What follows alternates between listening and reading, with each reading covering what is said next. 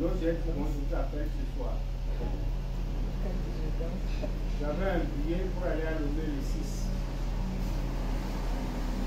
J'ai changé. Pourquoi? Parce que c'est important que je sois ici aujourd'hui. Amen. Pourquoi? Parce que Dieu veut faire quelque chose ici. Quelqu'un a dit tout à l'heure que Dieu utilise les hommes. C'est une grâce et une faveur que Dieu te trouve pour quelque chose. Peu importe la chose. Amen. Donc je crois réellement que Dieu est en train de faire quelque chose et ma prière est que l'Esprit de Dieu nous donne d'être attentifs pour saisir ce que Dieu est en train de faire. Alléluia. Pour qu'on ne soit pas juste là pour faire les choses, mais pour être participant de ce que Dieu veut faire. Amen. Je crois réellement que tout ce qui a été dit, c'est bien. L'évangélisation, tout ce qui a été dit. La paix, tout ça là, c'est bon.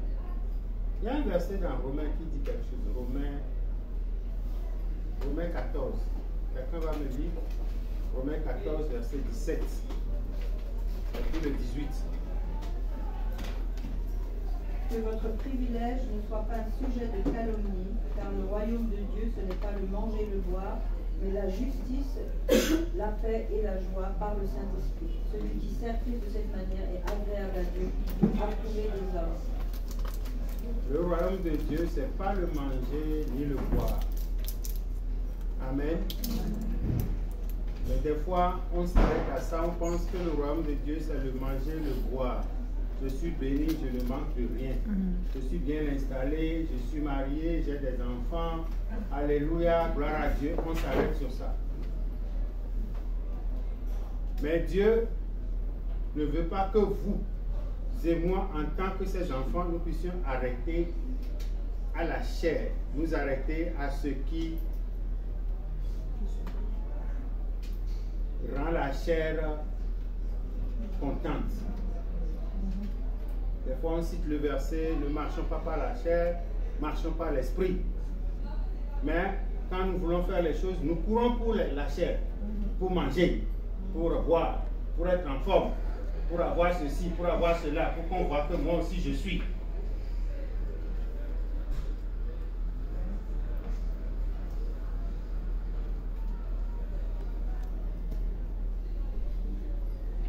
Dans tout ce que nous faisons,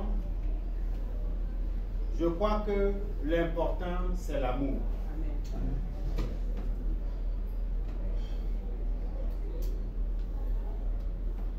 Blanc, français, béninois, togolais, congolais, comment prêcher à quelqu'un qui est différent, qui ne pense pas la même chose, tout ça là, c'est rien. L'amour répond aux questions. Amen.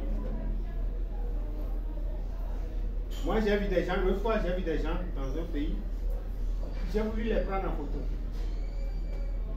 Le monsieur fait plus de 2 mètres, la femme ne fait pas 1,40 m.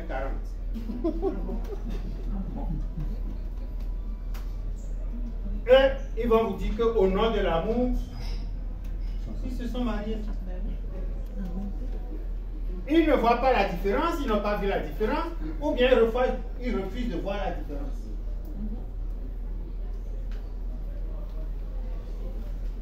Ouais, Dieu n'a pas seulement voulu sauver le monde. Dieu n'a pas voulu juste sauver le monde. Donc quand je vais faire l'évangélisation, c'est bien. Hein? Mais Dieu dit, ou la parole de Dieu dit, Dieu a aimé le monde. Maintenant, c'est comme si juste aimer, ce n'est pas suffisant. Il dit qu'il a tellement aimé le monde qu'il a choisi de sauver ce monde. Pour aimer ce monde, l'amour te poussera toujours à agir, à faire quelque chose. L'amour, tu ne peux pas dire que tu aimes quelqu'un, tu ne fais aucune action vers cette personne. Dieu nous a tellement aimés que il a donné son fils. Et il a dit, bon, si tu crois en lui, si je crois en lui, on sera sauvé. On a des montagnes de problèmes, des montagnes de péchés. Si tu crois en lui, tu seras sauvé. Si tu ne crois pas, c'est autre chose. Mais si tu crois, tu seras sauvé.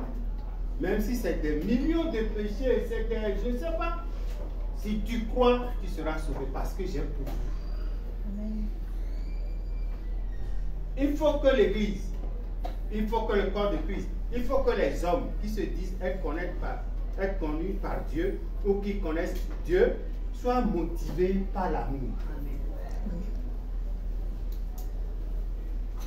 Si je ne suis pas animé par l'amour, la Bible dit que je suis une cymbale qui retentit.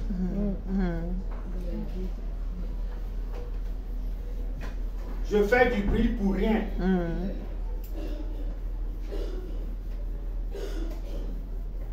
Hier, j'étais dans une famille.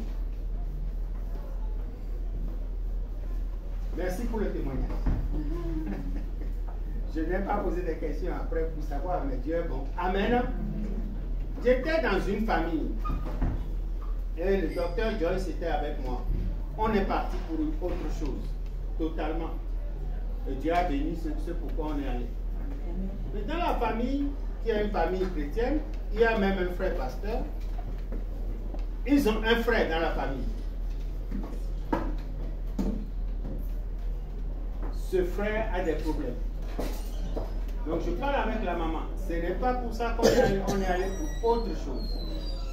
Mais il s'est trouvé que quand on était dans nos affaires, ce qui s'est passé, c'est que la maman est venue et on a commencé par parler. Et le frère dit, ben, maman a des problèmes, maman ici, maman est ça. Je pose la question à maman. Maman aussi, elle raconte des histoires. Elle dit que elle ne comprend pas pourquoi son mari est décédé, son fils est malade, ils ont prié, ils ont jeûné. Le fils est toujours malade.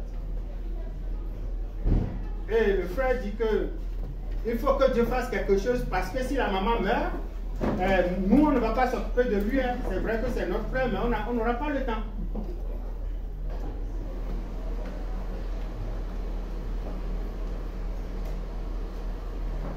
Alléluia. Donc j'étais là, on est parti. Faire le ministère, on est parti pour les affaires. Mais toi qui es parti pour faire les affaires, Christ est en toi.